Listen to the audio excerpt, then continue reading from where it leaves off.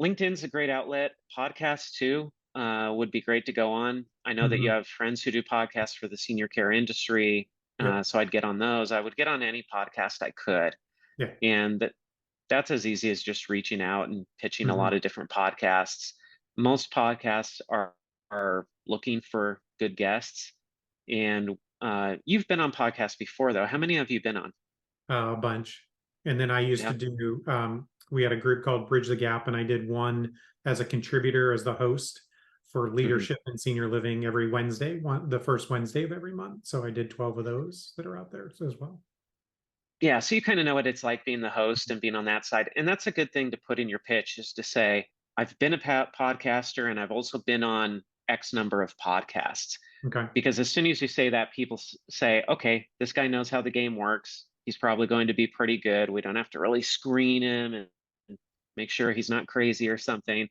And so that's just an easy way to get your foot in the door and get past a lot of the screening process that people have mentally in their minds where they're trying to make sure they don't get a crazy person on their podcast.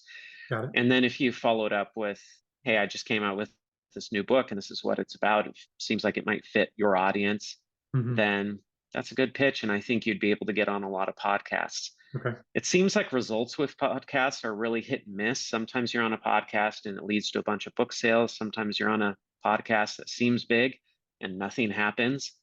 I was on Entrepreneur on Fire years ago, which is a huge, Right. massive podcast, and not a single thing happened from it. I mean, I didn't get a single email from anybody. I mean, nothing happened. And supposedly every episode of that podcast gets a minimum of 20,000 downloads or something. Wow. And I didn't see a blip in anything, website traffic, email signups, nothing. And so it just depends sometimes on the match and what you're able to do. So, Okay. but I think it's still good to go on a bunch of them. It's also great practice for just talking about your book and Mhm. practicing speaking about your topics. So I think even if you don't get anything in terms of book sales or leads out of it, I still think it's great practice to do if you have the time to do it. Yep.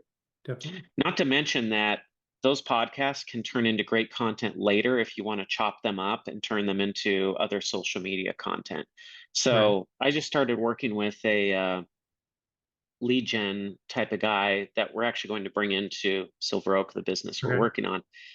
And so I did 120-ish episodes of the Published Author podcast before I put it on pause.